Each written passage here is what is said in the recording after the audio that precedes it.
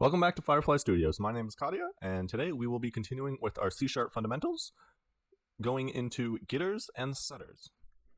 So I went ahead and set up our project already. I have an empty game object with my getter setter script, and then I have a companion empty game object with our getter setter companion script. So let's dive right into it. Basically, getters and setters are a slight modification on the way we use variables to help clean up code and make things more readable. It also makes our code less error prone. It all has to do with access. For this example, we're going to assume that this script is an enemy script, and it's got a speed property. So enemies want to move it some amount, we're going to say it's got speed.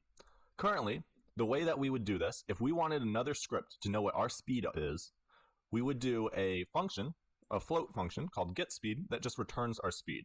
So in this companion script, if I press 1 on the keyboard, we should get our speed via this function.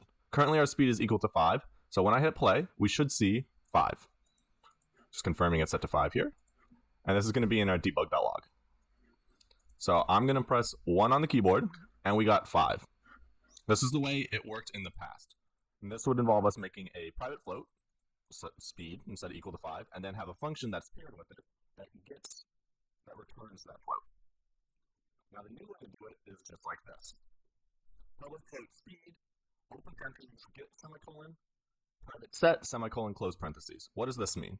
This part's just like a normal variable. The only difference is naming convention-wise, you capitalize the name of a property. It changes from a variable to a property. It's just a verbal difference there, like a different word for it. Anytime you're using getters and setters, they're called properties, and you always capitalize them. It's an easy way to tell. And the way this is set up is this has a public get, because our float speed is public. So anybody can get this value, but it's got a private set, meaning only we can set that value. So this one line does everything that all of this does. So if I go over to my getter setter companion, over here is how we access it. We start off by creating a reference to that script. So I made a private variable by the name of that script, and then I just found an object of type using it. All this line here does is it goes to Unity, it looks at all of our objects here, finds the one with our getter setter script attached to it, so that is this one right here, and then sets this equal to that. So we now know that this getter setter variable is referring to this particular script on this particular object. Then down here, what we do is we just say speed. We don't have to say get speed, we just say speed. And to tell that there's a difference, in the start function, I set our property speed equal to 10. So if I come over here and press play and press 2 on the keyboard, I should see 10.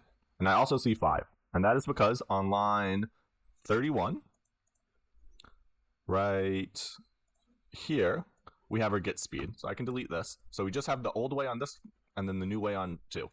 So if I press, let me let it recompile. So if I press 1, we get 5. If I press 2, we get 10, as you can see down here. That's getters and setters. They're real straightforward. I remember when I was new to code, they sounded kind of scary, and it took me far too long to start using them. They're super simple. You should use them whenever possible. It allows you to make it so that a variable can't be changed, even if you need to access it in another script, which means your code is less error prone. You couldn't accidentally change something. And additionally, it condenses all these lines of code to just one line of code, which makes our code easier to read. Thank you for spending the time to watch this video. Please hit the subscribe button, smash the like button, and I will see you in the next one.